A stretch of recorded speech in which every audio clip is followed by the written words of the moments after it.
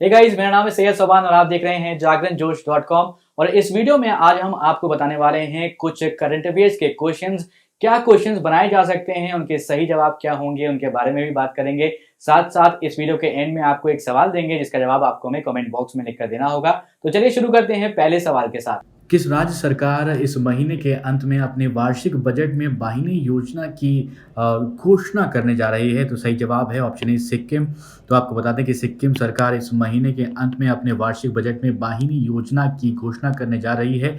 वाहिनी योजना का उद्देश्य माध्यमिक और वरिष्ठ माध्यमिक विद्यालय जाने वाली लड़कियों को 100% मुफ्त और सुरक्षित सैनिटरी पैड प्रदान करना है। वाहिनी योजना के तहत सिक्किम के 210 माध्यमिक और वरिष्ठ माध्यमिक विद्यालयों में मुफ्त सैनिटरी पैड उपलब्ध कराने के लिए वेंडिंग मशीन लगाई जाएगी। बढ़ते हैं अगले सवाल की तरफ। सवाल है कि किस मंत्रालय के द्वारा हाल ही में जेंडर संवाद के तीसरे चरण का आयोजन किया गया? तो सही जवाब है ऑप्शन ए ग्रामीण विकास मंत्रालय। तो आपको बता दें दोस्तों कि ग्रामीण विकास मंत्रालय के द्वारा जेंडर संवाद के तीसरे संस्करण का आयोजन किया गया। जेंडर संवाद दीनदयाल अंत्योदय योजना राष्ट्रीय ग्रामीण आजीविका मिशन के तहत एक राष्ट्रीय पहल है। जेंडर संवाद पहल का उद्देश्य जेंडर लेंस के साथ पूरे भारत में DNRLM के हस्तक्षेप पर जागरूकता पैदा करना है। वीडियो में आगे बढ़ने से पहले एक इन्फॉर्मेशन। हमारी वेबसाइट जागरणजोश.com पर अगर आप करंट अफेयर्स पढ़ना चाहते हैं तो आपको अपने ब्राउजर में टाइप करना है www.jagranjosh.com, जिसके बाद आपको हमारी वेबसाइट का होम पेज नजर आएगा। इसके बाद आपको करंट अफेयर्स के टैब पर जाना है। ड्रॉप डाउन में आपको मंथ वाइज करंट अफेयर्स मिल जाएंगे, जहां आप मंथ के हिसाब से करंट अफेयर्स पढ़ सकते हैं। जब आप करंट अफेयर्स टैब पर क्लिक करेंगे तो आपको कुछ इस तरह से पेज नजर आएगा। अगर आप कैटेगरी वाइज करंट अफेयर्स पढ़ना चाहते हैं तो आप अपनी पसंद के हिसाब से कोई भी कैटेगरी चूज कर सकते हैं, जिसमें latest, national, international, sports, technology और इकोनॉमी जैसी कैटेगरीज मौजूद हैं।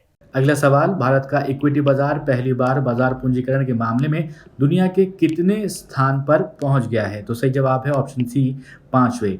तो आपको बता दें कि भारत का इक्विटी बाजार पहली बार पूंजीकरण के मामले में दुनिया के 5वें स्थान पर पहुंचा है। वर्तमान में भारत, अमेरिका, चीन, जापान और हांगकांग के बाद 5वें स्थान पर वो है। साल 2022 की शुरुआत में 7वें स्थान पर वो था। बाद में भारत अपने बाजार पूंजीकरण में 7.4% की गिरावट के बावजूद 2 स्थान ऊपर चढ़ गया। अब भारत का कुल बाजार पूंजीकरण $3.21 ट्रिलियन है। बढ़ते हैं अगले सवाल की तरफ। देवाशीष पांडा को कितने साल के कार्यकाल के लिए भारतीय बीमा नियामक और विकास प्राधिकरण के नए अध्यक्ष के रूप में नियुक्त किया गया? सही जवाब है 3 साल। तो आपको बता दें कि देवाशीष पांडा को 3 साल के कार्यकाल के लिए भारतीय बीमा नियामक और विकास प्राधिकरण यानी कि IRDAI के नए अध्यक्ष के रूप में नियुक्त किया गया है। वित्त मंत्रालय में सचिव के रूप में 2 साल की सेवा के बाद पांडा ने 31 जनवरी 2022 को इस्तीफा दे दिया था। मई 2021 में पद खाली होने के 10 महीने बाद पांडा को IRDAI का अध्यक्ष नियुक्त किया गया था।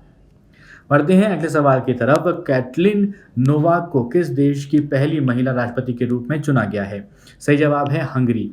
तो आपको बता दें कि कैटलिन नोवाक को हंगरी की संसद द्वारा हंगरी की पहली महिला राष्ट्रपति के रूप में चुन लिया गया है। साल 1977 में कैटलिन नोवाक का जन्म सेजेड में हुआ था और उन्होंने बुडापेस्ट में national university of public service Szeged विश्वविद्यालय में पढ़ाई की। नोवाक ने साल 2001 में विदेश मामलों के मंत्रालय में एक सलाहकार के रूप में अपना राजनीतिक जीवन शुरू किया था।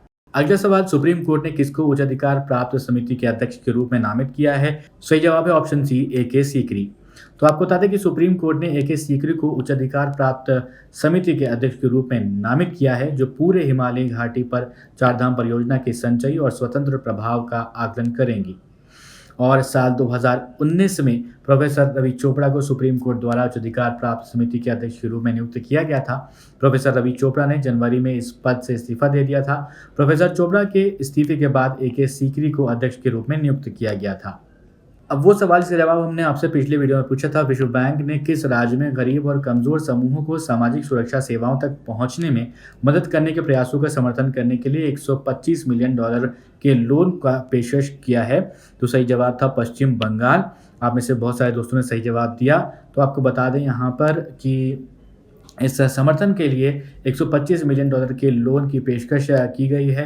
पश्चिम बंगाल सरकार और विश्व बैंक ने अंतर्राष्ट्रीय पुनर्निर्माण और विकास बैंक IBRD के माध्यम से प्रदान किए जाने वाले $125 मिलियन के लोन के लिए एक समझौते पर हस्ताक्षर किए हैं।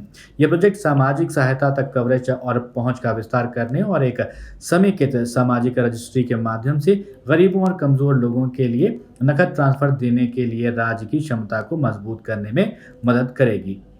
अब एक सवाल आपके लिए, जिसके जवाब आप कमेंट बॉक्स में हमें लिख के बताइए। क्लाउड सेवाओं को मजबूत करने में जुटी गूगल ने कितने अरब डॉलर के सौदे में साइबर सुरक्षा कंपनी मेडिएंट को अधिग्रहण किया है?